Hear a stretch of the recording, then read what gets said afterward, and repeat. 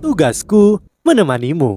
Hai sahabat palsu, kembali bersama Miminata di sini. Kali ini kita akan menyelam dalam spoiler Donghua Solen 2 episode 160.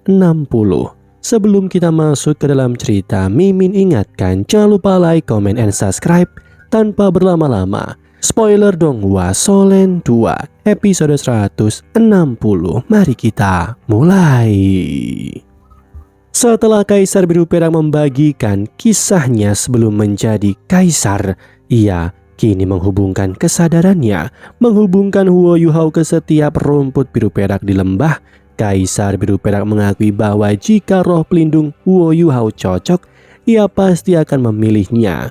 Mendengar ini, Huo Yuhao meyakinkan Kaisar Biru Perak, meyakinkan bahwa temannya Tang Ya memiliki roh pelindung Kaisar Biru Perak yang murni dan tidak akan mengecewakannya, dan dia bagaimanapun adalah pewaris dari leluhur Tang San.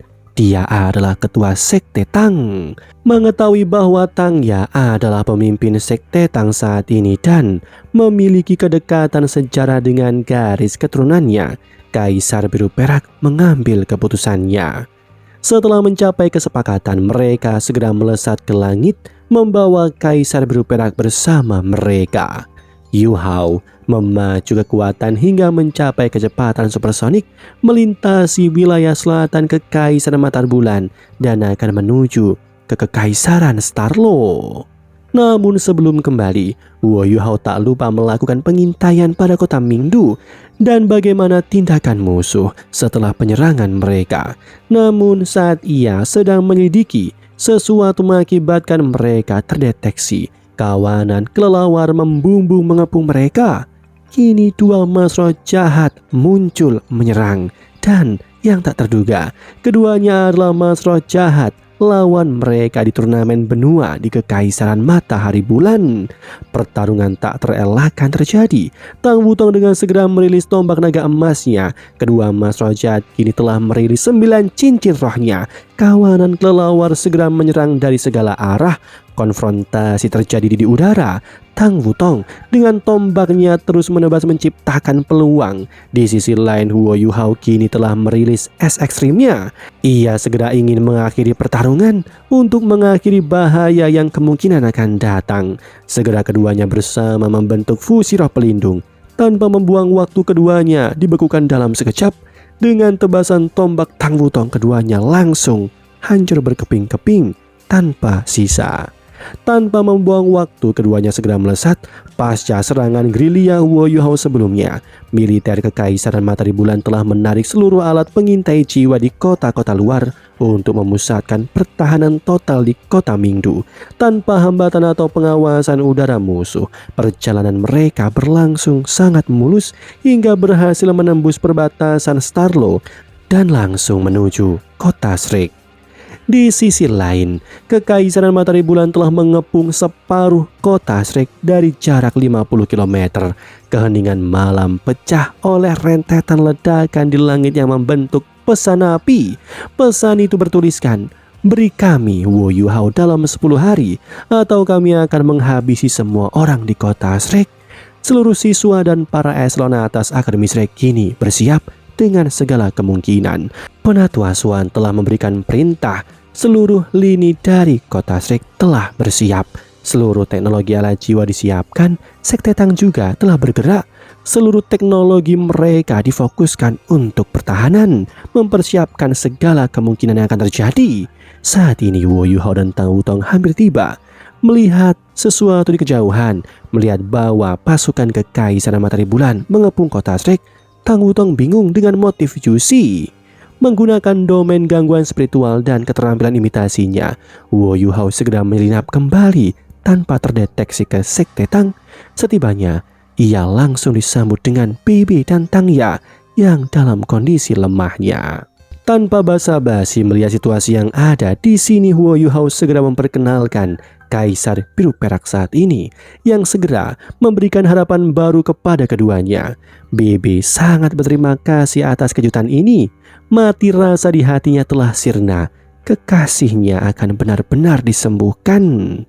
Setelah meninggalkan Kaisar Biru Perak ke Sekte Tang, Huo Yuhao dan Tang Wutong segera melesat ke Akademi Shrek untuk melaporkan segala situasi yang telah terjadi. Di atas gerbang Akademi Shrek, Huo Yuhao menatap ke kejauhan, membaca situasi yang ada dan bertanya-tanya, mengapa Kekaisaran Matahari Bulan mengepung Shrek? Apakah ia meninggalkan jejak? Merasakan kehadiran Huo Yuhao, para tetua segera muncul dan diakhiri oleh kemunculan Putri Wena, sang putri dari Kekaisaran Tianhun yang tampak sangat berduka dan pucat.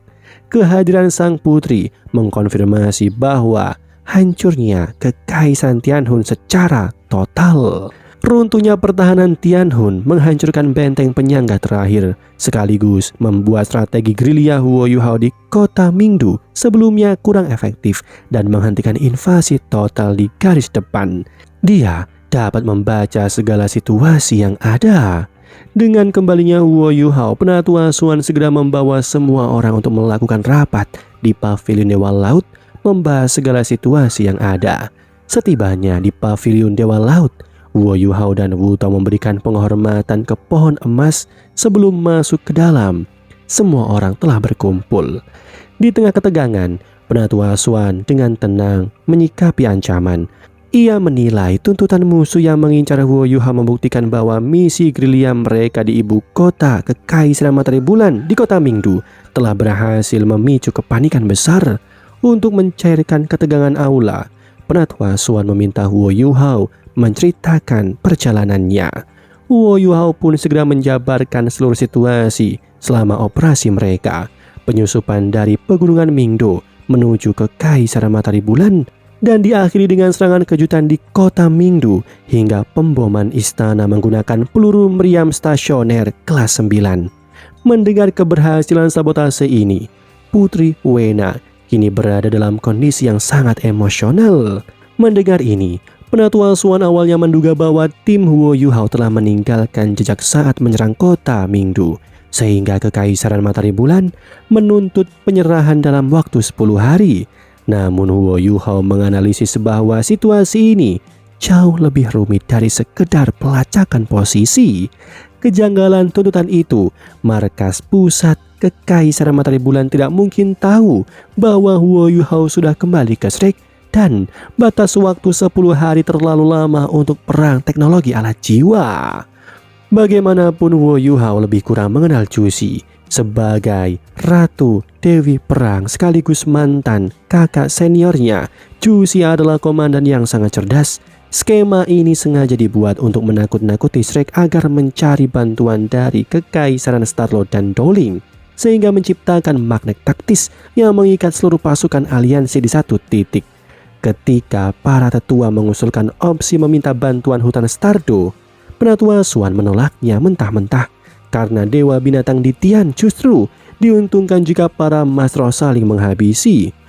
Usulan Qian Duo untuk bertarung langsung pasca kedekatan bala bantuan juga dinilai Huo Yuhao terlalu beresiko karena kolektif alat jiwa Kekaisaran Matahari Bulan jauh lebih unggul.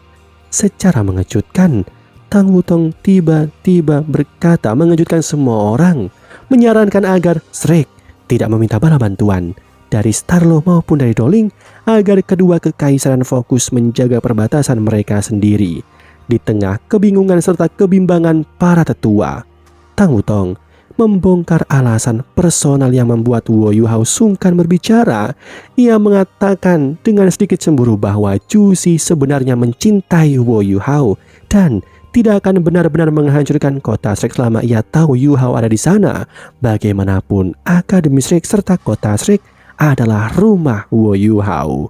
Meskipun Huo Yuhao membenarkan dalam hatinya tentang ini, para tetua termasuk Penatua Song menilai argumen Tang Wutong terlalu kekanak-kanaan dan tidak percaya seorang Ratu Dewi Perang seperti Jusi akan mencampur adukan perasaan pribadinya dalam perang yang melibatkan jutaan nyawa.